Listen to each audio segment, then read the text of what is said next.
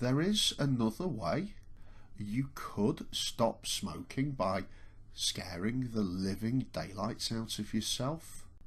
Now, that might seem a very different approach, and actually it forms the majority of single session stop smoking hypnotherapy. And please don't misunderstand me, it is incredibly effective. It has a 6-month effectiveness of around 40–50%. The problem is that it leaves behind the emotional associations, and if the emotional associations are left behind, then one of two things will result from that. Because of the way we form associations, the emotional attachments can be transferred to food. So what we were looking for with cigarettes, we look for in food, and that's quite common. You may well know of people, you may have experienced it yourself, when you've stopped smoking or when they've stopped smoking and food becomes a real problem.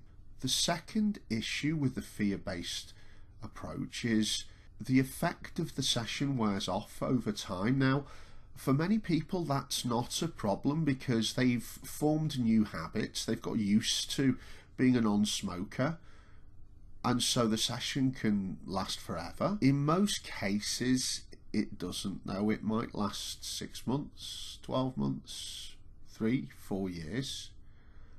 But as that fear-based association fades, the emotional attachments are still there, and it just takes the appropriate trigger at the appropriate time and the smoking habit kicks in again. That's why changing the emotional attachments makes such a difference. You've heard the saying, once a smoker, always a smoker. Well, that's not the case when you change the emotional attachments.